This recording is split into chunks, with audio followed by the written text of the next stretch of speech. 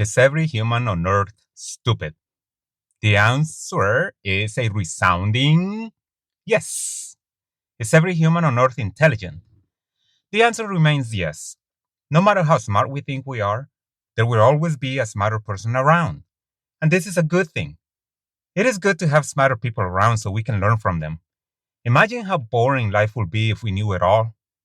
And gladly, as Oscar Wilde said, I am not young enough to know everything. Welcome to my podcast, Thinking Unchained, the podcast that unchains your thinking. This is your host, Unchained Thinker, talking to you. I'm glad you're here. Thank you.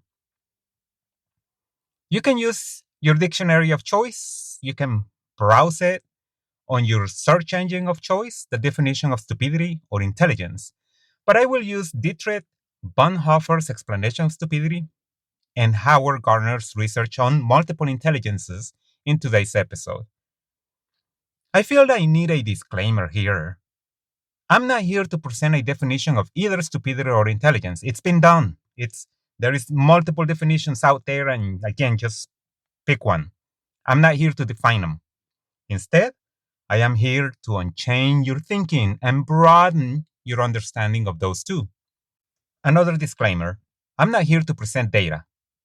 I'm not here to convince you of the quote-unquote truth. I'm not here to teach you. I am humbly here to show a different path and allow you to either walk in this new path, continue the one you're on, or take a different one someone else shows you. That is the beauty of individuality and uniqueness. For today's episode, I will be using Dietrich Bonhoeffer's statement on stupidity, and I got this from his letters. One of the letters is called After 10 Years. This is found in Letters and Papers from Prison. Again, use your search engine of choice and you can find the whole letter. I will not be reading the whole letter. I will only be using a few of the sentences to focus my episode today. And again, I don't want this to run into a very long episode. One thought to keep in mind during today's episode is that Bonhoeffer believed the stupid are the ones who put Hitler in power, not evil people. So this is important to understand. It was not evil people, but stupid people who put Hitler in power. He starts his letter with a powerful statement. Stupidity is a more dangerous enemy of the good than malice. And then he continues a second powerful statement a little later on. Against stupidity, we are defenseless. Then later in the letter, he says, in all this, the stupid person, in contrast to the malicious one, is utterly self-satisfied and, being easily irritated, becomes dangerous by going on the attack. Later in the letter, it says, if we want to know how to get the better of stupidity, we must seek to understand its nature.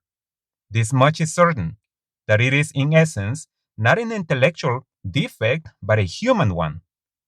Later it continues, but these thoughts about stupidity also offer consolation in that they utterly forbid us to consider the majority of people to be stupid in every circumstance. Continues later, there are human beings who are of remarkably agile intellect yet stupid, and others who are intellectually quite dull, yet anything but stupid. He continues later, the fact that the stupid person is often stubborn must not blind us to the fact that he is not independent. And then lastly, towards the end, it says, it becomes quite clear that only an act of liberation, not instruction, can overcome stupidity. Extremely important. All right, so let's break it down. Let's go with the very beginning, the very powerful statement at the very beginning of the letter. Stupidity is a more dangerous enemy of the good than malice. Against stupidity, we are defenseless. Why did he say this? Why is stupidity more dangerous than malice, than criminals, basically? Why are we defenseless against stupidity? The reason is because you cannot press charges against stupidity. You cannot grab a person off the streets who's stupid and making stupid decisions, take them to jail, so that they no longer make stupid decisions, harming society. But we can press charges against an evil person who commits a crime. An evil person commits a crime, you detect it, You press charges against them, you put them away so they no longer commit crimes. But we cannot do that with stupid. George Carlin said, think of how stupid the average person is and realize half of them are stupider than that. Mark Twain noted, never argue with an idiot. They will drag you down to the level and beat you with experience. So the stupid people are very experienced at being stupid. They will always win because they have been stupid their whole life. They've been practicing stupidity their whole life. Mark Twain also said, it is easier to fool people than to convince them that they've been fooled. So Bonhoeffer continues, in all these, the stupid person, in contrast to the malicious one, is utterly self-satisfied and being easily irritated becomes dangerous by going on the attack. This brings to memory the person who was liberated in Plato's cave. Remember that he was outside of the cave, he experienced the world, and then he came back inside the cave to liberate the other prisoners. What happened when he tried to liberate them? They became violent against him. And this is very, very common. People becoming angry and hostile when you try to liberate them from stupidity. Samuel Johnson said, there is nothing by which a man exasperates most people more than displaying a superior ability of brilliance in conversation. They seem pleased at the time, but their envy makes them curse him at their hearts. Interesting. But let's hear what the man himself, Jesus, what did he say back in the day? Matthew 7:6, New International Version of the Bible. Do not give dogs what is sacred. Do not throw your pearls to pigs. If you do, they may trample them under their feet and turn and tear you to pieces. That is the man himself, Jesus. I repeat, do not give dogs what is sacred. Dogs were looked as very low status animals in Jesus' time, and even today, they are considered very low status animals in some areas of the world. Do not give them what is sacred. It's interesting who he's calling dogs, though. What is worse than dogs? Pigs. What does it say about pigs? Do not throw your pearls to pigs. If you do, they may trample them under their feet and turn to tear you to pieces. Now, what are these pearls? Can we argue that these are knowledge? What you acquire over time, experience, wisdom? What you hold in your hands to give to others? Pearls? Knowledge? Don't give it to pigs. They will not know what to do with it. Then they will trample them under their feet, and then they turn against you, which is very common. Going back to that, the stupid will trample knowledge under their feet, and then they come and hate you for it. And if we go to a time before Jesus, Proverbs 9:8, what does it say? Do not correct a fool, or he will hate you. Correct a wise man, and he will appreciate you. The Bible says this. The Bible. So it's interesting that when you want to correct people, especially those who believe in this to have this magical thinking, and you try to correct them, they hate you. But if you go to a wise man, somebody who's already wise, and you correct the wise man, they thank you. Proverbs 9:8. Then Bonhoeffer continues, if we want to know how to get the better of stupidity, we must seek to understand its nature. This much is certain, that it is in essence not an intellectual defect, but a human one. So Bonhoeffer is actually saying that a stupid person is not one who lacks knowledge. It is one who refuses knowledge. One who, after being presented with data and proof and evidence, continues to refuse knowledge. Remember, a wise man will thank you when you give them knowledge. A stupid one will hate you. Let me present an example here, and you can use an example of your own, someone with a poor diet, a smoker, a drug addict. Just use an example, but I will be using someone I see in parking lots. And it may sound like a rant, actually, but I will present this as my example. The example of a person who works in an office, air-conditioned office, lunch hour comes and they go to their car. It's hot outside.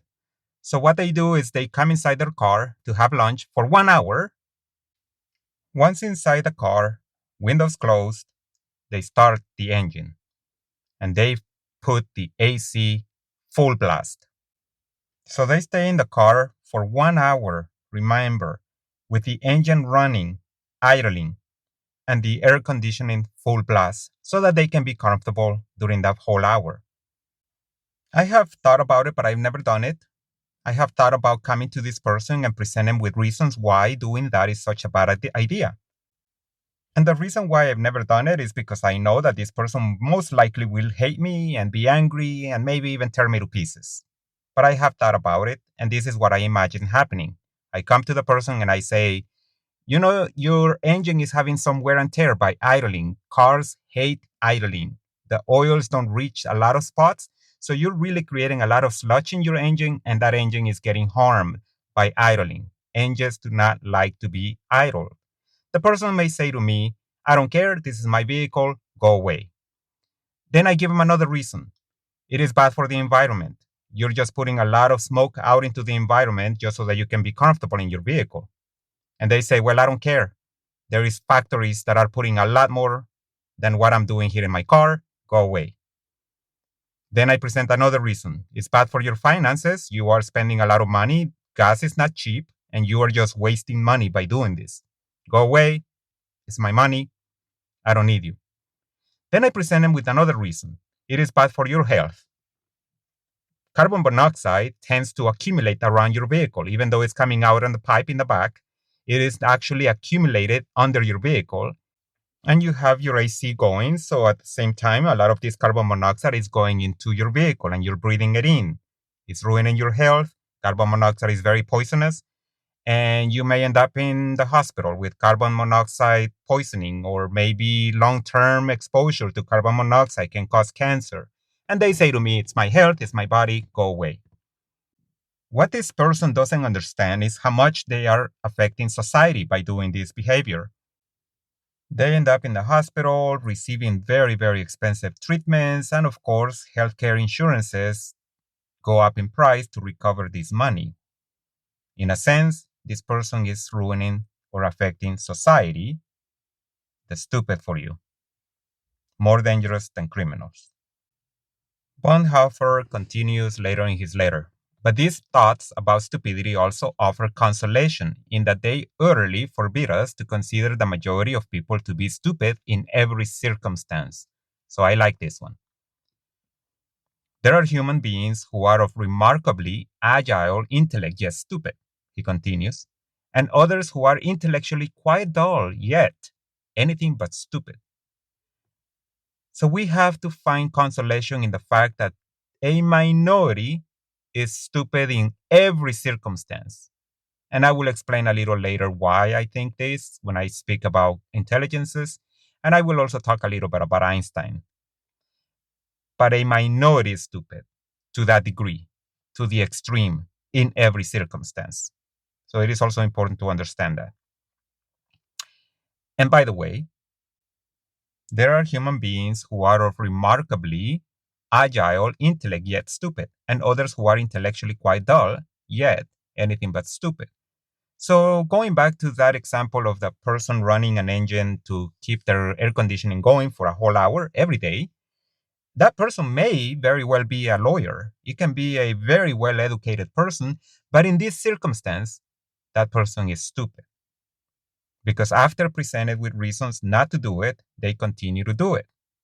But again, they are intellectually agile, but they're stupid in this circumstance. And I will explain a little more as to what I mean by this later in my episode when I talk about intelligences.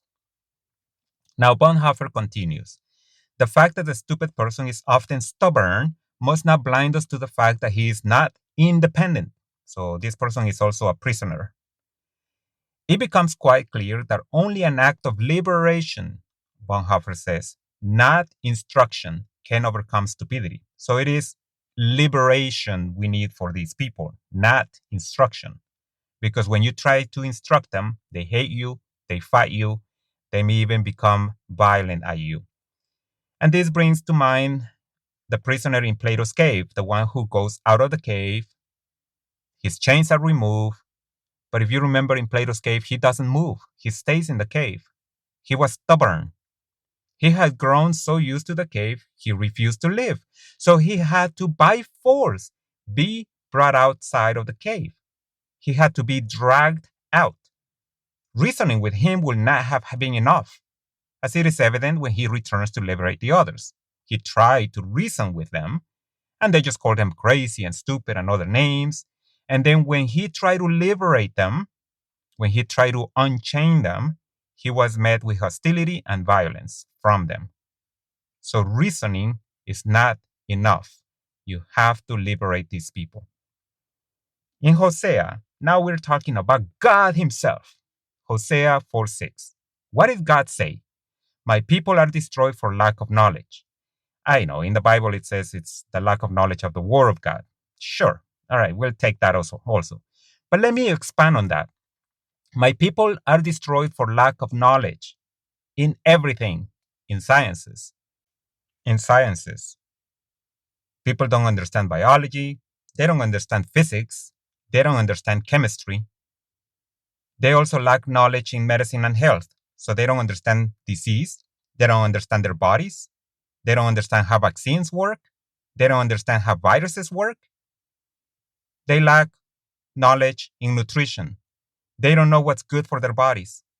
So they eat a lot of food that they shouldn't be eating because they don't understand what that is doing to their bodies. They lack knowledge in finances. They max out their credit cards and then they don't know how to pay them. They don't know how to carry a budget. They don't know how to do finances. They lack knowledge in politics, and that is evident by the people they keep electing. They lack knowledge in philosophy, one of the most liberating sciences we have. It liberated me. They lack knowledge in religion. They don't know how other religions are because all they see is their own religion. And their leaders tell them about the other religions, but they never have gone out to experience the other religions, so they lack knowledge in religions. You only know your religion. Unless, of course, you have practiced many religions, then yes, you have the knowledge. Lack of knowledge in relationships and how to raise kids. And I explained this in my previous episode number 2. Lack of knowledge in computers and software and AI and algorithms. So we have become slaves to all of these things. We don't understand them. We don't have any knowledge. In order for us to understand topics, we have to understand it in the forms of systems. We tend to simplify complex problems into a single, simpler explanation. For example, it was said back in the day, crime went up after prayer in school stopped.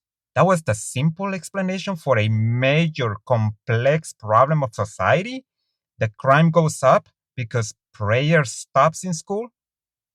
Even though, when you present these people with evidence, they still refuse it, you let them know that crime has been steadily decreasing, with a few upticks since the 1980s. But they refuse that knowledge. A very simple explanation to a very complex problem of society. Moving forward, let's now talk about the intelligences, and I'm using Howard Gardner's research on intelligence. I will link an interview he did about 9 years ago, and I got a few of the quotes from that interview. I like what he says in there, and that's the reason why I'm using that 9-year-old video, and I will link it in the description. Howard Gardner said in that interview, whether there is 8 intelligences or 10 or 12 is less important to me than having broken the monopoly of a single intelligence, which sort of labels you for all of time. He came up with, in that interview, with 8 intelligences, but I believe he has 9 or 10 now. And the first one he mentions is linguistic intelligence. These are people who are very good with words. They use sophisticated words to sound very smart. But once you talk to them, you see that there is nothing beyond fancy words. This is the intelligence that can potentially put people in the fake it until you make it mentality. Keep in mind that they are very good with words. They can put a magnificent resume together. They may give one of the most amazing interviews. and may even fake it until they are assigned a complicated task requiring more than linguistic intelligence. Eventually, the person who has faked it until they made it is detected. But sometimes they are already too high in the career ladder. Nobody dares to expose them or call them out. So we end up with a lot of leaders who are linguistically intelligent, but that's it. There is nothing else beyond those fancy words. Stephen Hawking said, "The greatest enemy of knowledge is not ignorance, it is the illusion of knowledge." Very nice statement by Stephen Hawking.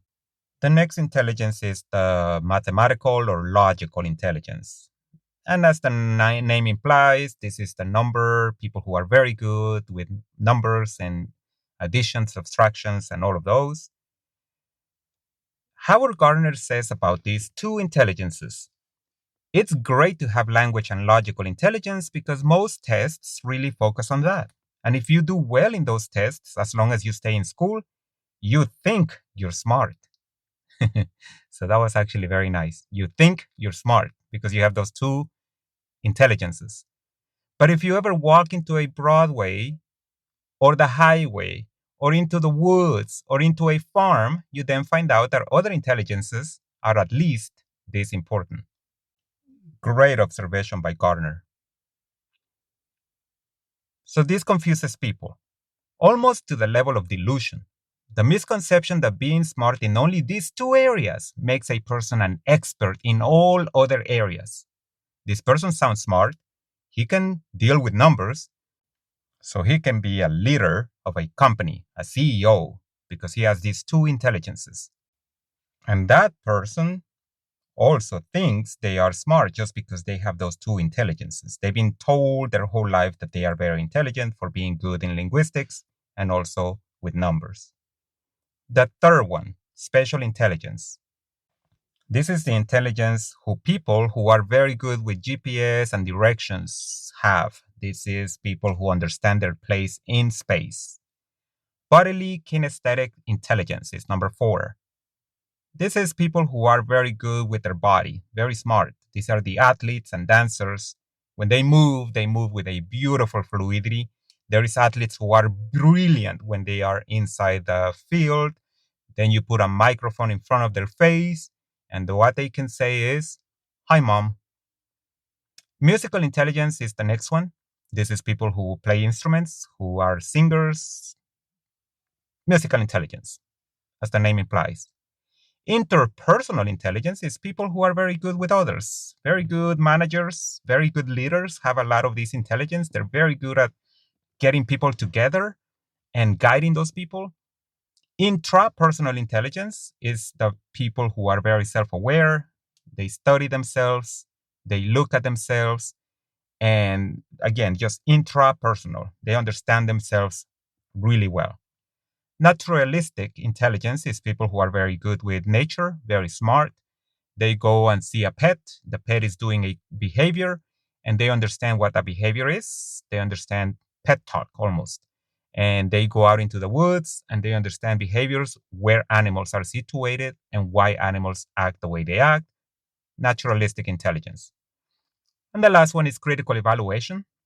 Higher level of thinking, being able to apply already acquired knowledge to understand another separate system. So these people, they can put things together, system ideas, and then create a new idea. Formal education gives this capacity, but so does exposure to multiple life challenges and finding multiple solutions to a single problem. So people who, again, they just have this critical thinking by nature. Living in a farm, being outdoorsy, someone who hikes a lot, camps a lot, they tend to be very critical in their thinking. Albert Einstein said, "Education is not the learning of facts, but the training of the mind to think." When you go to school, your mind is trained to think. It's not just that you are there to learn facts. When you grab a formula and a second formula, for those of you who know about physics, and you combine two formulas, a new formula comes out. So you're training the mind to think, not just acquiring facts. But an important question to ask now, this time in my episode, is what has suppressed the gain of knowledge in the past? Or what suppresses gain of knowledge today? Religion is a big one. It keeps people from expanding their mind and keep them in this magical thinking. Tradition is something else that suppresses knowledge acquisition. You cannot do it that way. It's always been done this way. Don't try it any new ways. This is the way it's always been, tradition. Our culture can also suppress knowledge. You cannot go outside of your culture. You must stay within it. Don't learn about other cultures. Your culture is the best, so it suppresses your knowledge. Our own comfort, I'd rather be watching a bunch of cat videos and laughing than learning. Our own comfort. Resistance.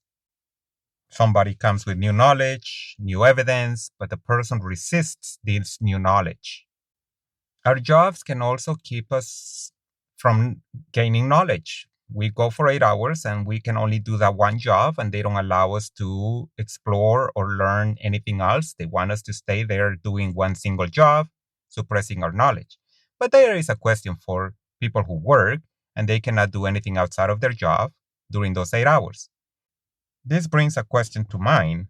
If your managers came to you and told you to do whatever you want during your free time, will you use it to learn? Will you use it to learn and improve your life, or just to have more fun? And most likely it will be more fun. Growth and learning takes a lot of effort. Another thing that suppresses knowledge is our rigid selves, rigidity. We don't want to get out of our comfort, or fear. Social media can also do it, of course. By the way, on social media, our algorithms, they are big now. Algorithms are sent to like-minded people, keeping the stupid stupid and the smart smarter. The algorithms are calling people stupid to their faces, and they don't even know it.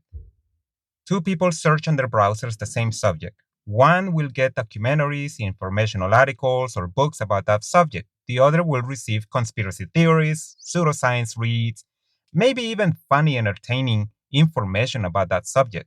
So the person who's getting all of this funny stuff, that's the stupid one. And the other person is getting something more informational. Algorithms are nothing new. Every time we buy a product, let's say from a grocery store, it is replenished. And the more we buy that product, the more it is supplied to us. So we are sold what we buy. We are given what we consume.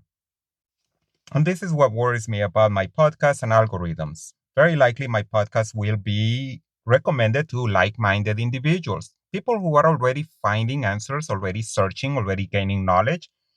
But I wish this went to people who actually need this information. But the algorithms will just give it to those who consume it. If you come here, listen for 30 seconds, and then leave, the algorithms will not recommend my podcast to you anymore. But if you stay, that means that you think like me a little bit, or maybe are interested in my ideas. So then the algorithms will give you more of it. And again, we are given what we consume. So we're going to have to unchain ourselves from the algorithms. Algorithms feed more stupidity to the stupid and more intelligence to the smart, sadly. Another question, do you rather be a jack of all trades or a master of one? Which one is better, jack of all trades or a master of one? This is a question for you, really. In the interview, Howard Gardner says something interesting. He says, I think if we lived forever, we could probably develop each intelligence to a very high degree. But life is very short. And if you devote too much attention to one intelligence, you're not going to have much time to work on other kinds of intelligences. And so the big question is, should you play to strength or should you bolster weakness? And that's a value judgment. Albert Einstein said, it's not that I am so smart, it is just that I stay with the question longer. It took Einstein almost a decade to come up with his theory of general relativity. Almost a decade. He stayed with that question for a whole decade. He dedicated his whole life to this knowledge of physics. He's not known to have been a great dancer or a great athlete or even a great musician, so no bodily, kinesthetic, or musical intelligences. He was stupid in those areas. As intelligent as he was not intelligent in all areas of intelligence. Something interesting. Not that he needed all of them to be successful, anyways. Benjamin Disraeli, the fool wonders, the wise man asks. I wonder what it will be like to, and then you just wonder. Go ask, go find the information. So, in order to be good at one intelligence, it may take several decades. And I say be good at it because I don't think there is anyone who has mastered any intelligence. There is no such thing as an expert who knows everything there is to be known about a subject. For example, learning about viruses. I can argue that just to get an idea, it can take at least a semester in college biology. And this is just to get an idea of what a virus is, because to understand a virus, a person needs to understand immune systems, RNA or DNA replication, cell function, cell receptors, etc. And that's just to get an idea how viruses replicate inside the cells. Now, to understand how vaccines work, now we need to learn molecular biology, cellular biology to a higher degree. I hope the takeaway message from my episode today is that we are not either stupid or intelligent, but a gradient, a spectrum, a rainbow of both, with very few on either extreme. Some are extremely stupid, some are extremely smart or intelligent, but most of us are in a gradient, a spectrum. I will close with this.